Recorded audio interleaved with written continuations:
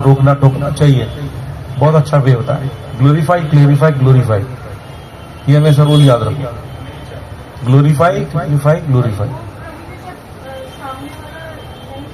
You are not controller, you are not supreme controller. ऐसा क्यों होता है?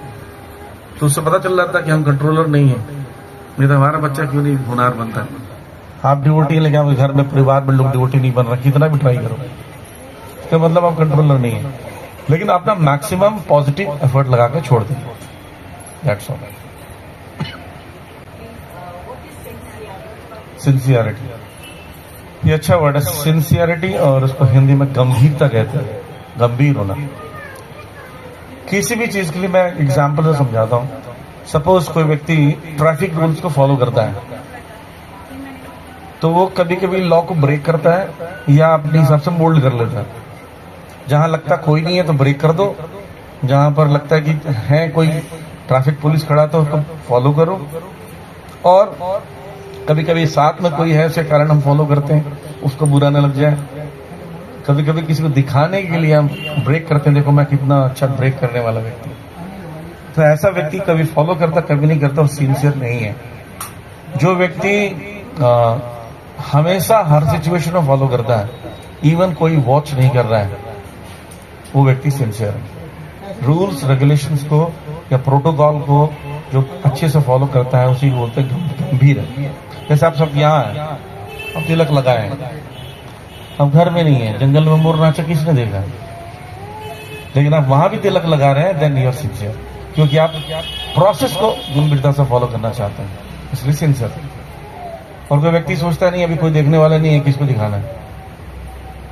मैंने एक बार घटना बताता हूं, मैं मायापुर परिक्रमा में था, मेरा हेल्थ खराब हो गया, लूज मोशन हो रहे थे, तो मुझे बार बार जाके नहाना पड़ा। तो रात को 2 बजे मैं नहाने गया, वापस आया तो मैं सोचा अभी 4 बजे फिर नहाना है, तो तिलक उसी समय लगा लेंगे। मैंने तिलक लगा बिना सो रहा था, एक ड्यूटी की नींद खुली हुई तो जग रहा था। मुझे कहते मुझे तिलक नहीं लगाया, मैं सोचा कि लौट के लगा लेंगे। बोलते हैं यमराज जी बीच में आ गए तो बात तो सही है, तिलक जो लगाते हैं उसको यमदूत छू नहीं सकते, 4 मील तक दूर रहते हैं, 4 मील तक दूर रहेंगे, उसके तिलक लगाओ। घंटी माला तिलक जिसके पास है ना, उसको नहीं छुएंगे।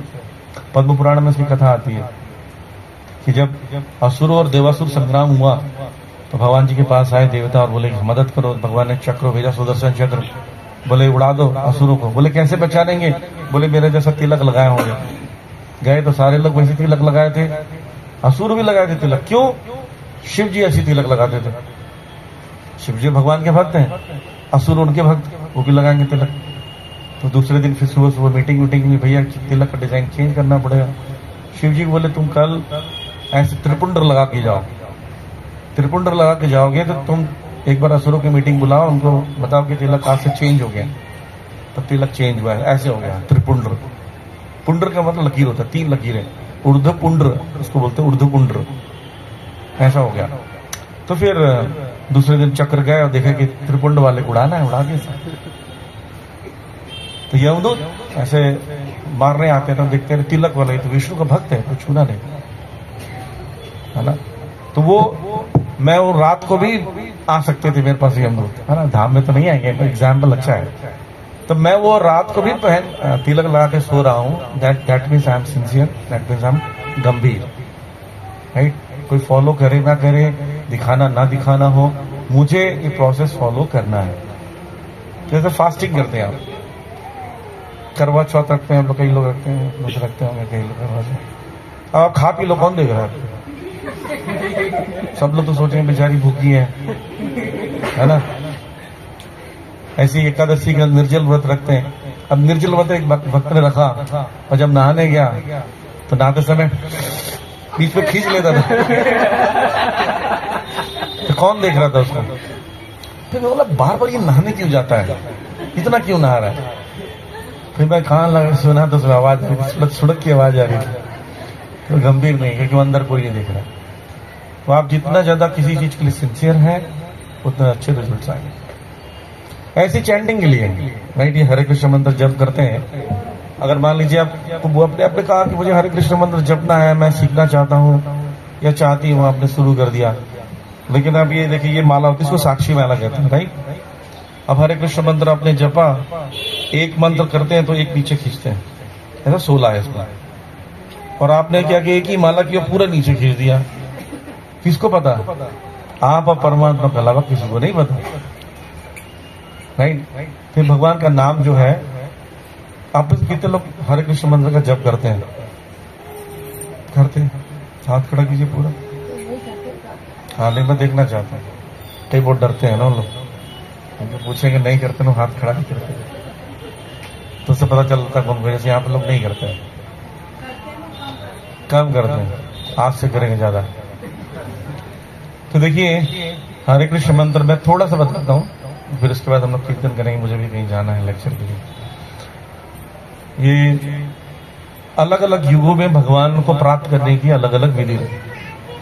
मनुष्य जीवन एक ही कार्य के लिए मिला है कि कैसे भी ऐसा कुछ करके हम भगवान के धाम चले जाएं। तो ऐसा क्या करें? जैसे आप जेल में हो, तो जेल में हमेशा क्या उपाय सोचते हो, राइट, कि कैसे बाहर निकल जाए। ऐसे ये भौतिक संसार को दुखालय कहा गया है, जेल है, यहाँ से कैसे निकले। तो उसके निकलने के तरीके अलग अलग युगों में अलग अलग होते हैं। जैसे कि आप सब लोग जो कम से कम 40-50 साल से ज्यादा बड़े हैं, आपके जमाने में 11 बोर्ड होता था, उसमें 12 बोर्ड नहीं होता था, 10 बोर्ड नहीं होता था, राइट। और एग्जाम्स भी कैसे होते थे? ईयरली एग्जाम के मार्क्स आते थे, हाफ ईयरली के नहीं आते थे। हाफ ईयरली में फेल भी हो जाए कोई फर्क नहीं पड़ता, राइट। लेकिन अब ऐसे नहीं है। अब क्या है कि आपको मिड टर्म्स भी होंगे, उसके भी मार्क्स आएंगे, क्लास टेस्ट होगा, उसका ग्रेड मिलेगा, सभी चीजों का मिलता है, स्पोर्ट्स सबका मिलता है, तब जाकर उसका सर्टिफिकेट तैयार होता है, एकेडमिक सर्टिफिकेट। तो समय के साथ एजुकेशन सिस्टम चेंज हो गया। ऐसी इस जेल से भगवत धाम जाने का सिस्टम अलग अलग युगों में अलग अलग था। सतयुग में विधि क्या थी? ध्यान की विधि थी। सब लोग ऐसे बैठे ध्यान से, ऐसे, मतलब मैं तो पालती मार नहीं सकता, पालती मार के सुखासन में ऐसे बैठिए, जिसको आकाश मुद्रा कहते हैं। नाखून को अंगूठे से दबाइए, हाँ ऐसे, और ऐसे रखिए, 2-3 उंगली को जोड़, ठीक है। कमर सीधी रखिए और सांस खींचिए, रोक के रखिए 10,000 साल तक। हाँ, क्योंकि उस समय आयु होती थी 1 लाख वर्ष लोगों की। 10,000 साल, 20,000 साल, 50,000 साल तक रोक कर वो क्या करते थे? तपस्या करते थे। और ध्यान की वजह से भगवान परमात्मा सामने में प्रकट हो जाते। जैसे विश्व में कोशिश कर रहे थे ध्यान योग का, अंतर ध्यान हो गया प्रभु, राइट। तो इसलिए ये विधि चल नहीं सकती, क्योंकि हमारी सांस बड़ी कीमती है, हाँ, इसलिए ये विधि फेल हो गई, कलयुग में नहीं चलता। तो उस समय ऐसे लोग रियलाइजेशन करते थे। फिर आया त्रेता युग। त्रेता युग में यज्ञ की विधि थी। अग्नि में, यज्ञ में आहुति डालना है, घी डालना है, शुद्ध घी, शुद्ध ब्राह्मण, शुद्ध सब कुछ शुद्ध होता था। लेकिन अभी नहीं मिलता। आजकल के ब्राह्मण कितने नकली मिलते हैं, गुटखा खाएंगे। मैं एक जगह कहीं प्रोग्राम में गया था, वो पूरा मुंह में रजनीगंधा, कदमों में दुनिया डाला हुआ था। और क्या कराना है? पूजा कराना है, करा देंगे, चिंता वाली बात नहीं है। मैंने बोला भैया जब मुझे बोला आप पूजा कराएंगे? आपकी पूजा से तो व्यक्ति नरक चल जाएगा। और एक मैं गोरखपुर में गया था, जब मैं कॉलेज में था, इंजीनियरिंग कॉलेज में, तब मेरे फ्रेंड की शादी थी, तो मैं वहां गया था। तो वो पूजा करा रहे हैं और मैंने मंत्र को वॉच किया ध्यान से। मैंने 1 मिनट, ये आप कौन सा मंत्र बोल रहे हैं? मुझे थोड़ा बहुत आइडिया था। बोलते मैंने 10,000 मांगा था, 5,000 दिए, यही मंत्र पढ़ूंगा। वो मंत्र क्या था पता आपको? अंतिम संस्कार वाला मंत्र। तो आजकल के ब्राह्मण इतने नकली हैं, खान पान शुद्ध नहीं है, मदिरा पान करते हैं, मांस खाते हैं। एक मंदिर हमने भी, मंदिर हम लोग का संगम विहार में मंदिर मिला है, किसी ने डोनेट किया है। वहां पुजारी कई साल से थे, 3-4 साल से, और वहीं पर रहकर वो सब कुछ अरेंज कर रहे थे सारा। तो हमने बोला ये व्यक्ति नहीं चाहिए, हमें गड़बड़ लग रहा है। लोगों ने नहीं माना। फिर जैसे तैसे उसने बोला मुझे जाना है तो मुझे 1 लाख रुपए देने पड़ेंगे। तो जो लैंड लॉर्ड है उन्होंने 1 लाख रुपए दिए, सबके सामने वीडियो बनाया, 1 लाख रुपए ले रहे, तब जा रहे। सफाई होने 200 बियर के बॉटल निकले उसके घर से, वो पंडित जी हैं। तब लोगों ने हमारी बात मानी। वहां के मोहल्ले वालों ने ये बोला इस्कॉन वाले निकाल रहे हैं इनको, धक्के मार के, गलत तरीका है। जब उन्हें बियर की बोतल देखी है तब समझ में आया कि सही किया, ये तो क्या कर रहा था हमारे पैसे से। तो ब्राह्मण असली नहीं है, घी असली मिलता है, बताओ, मेरे एक जानकार है गुड़गांव में बहुत बड़ा बिजनेस है, तो बोलते हैं जो रेलवे के टैंकर्स आते हैं ना, उसमें घी भर कर आता है, हजारों टैंकर्स में, और अलग अलग कंपनी अमूल नेस्ले वाले भर के ले जाते हैं, मदर डेयरी वाले, और अपना अपना ब्रांड लगा देते हैं। आपको क्या पता कि कहां से आ रहा घी? नहीं।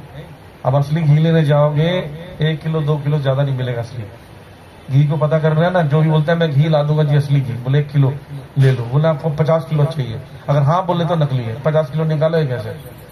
अभी दिवाली आएगी, मिठाइयाँ कहाँ से बन जाएगी इतनी सारी? मावा की मिठाई कहाँ से बन जाएगी? खोआ कहाँ से आ जाएगा? दूध देना बढ़ा दिया ना दिवाली के दिन, गाय ने अचानक से बोले दिवाली आ रहा है बहनों, थोड़ा दूध ज्यादा देना, तो पॉसिबल है? इसका मतलब सब नकली है, न दूध सही है न दही सही है, सब कुछ मिलावट है।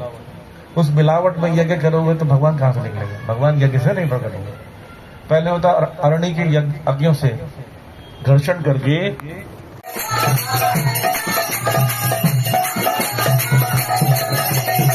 हरे कृष्णा कृष्ण कृष्ण हरे हरे, हरे राम राम राम हरे हरे। बाकी लोग बताइए हरे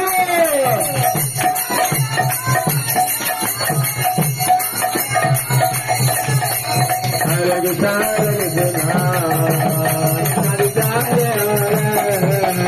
हरे राम राम राम हरे हरे, हरे कृष्णा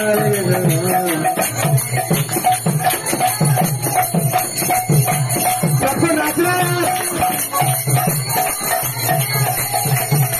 हरे कृष्णा कृष्ण कृष्ण हरे हरे, हरे राम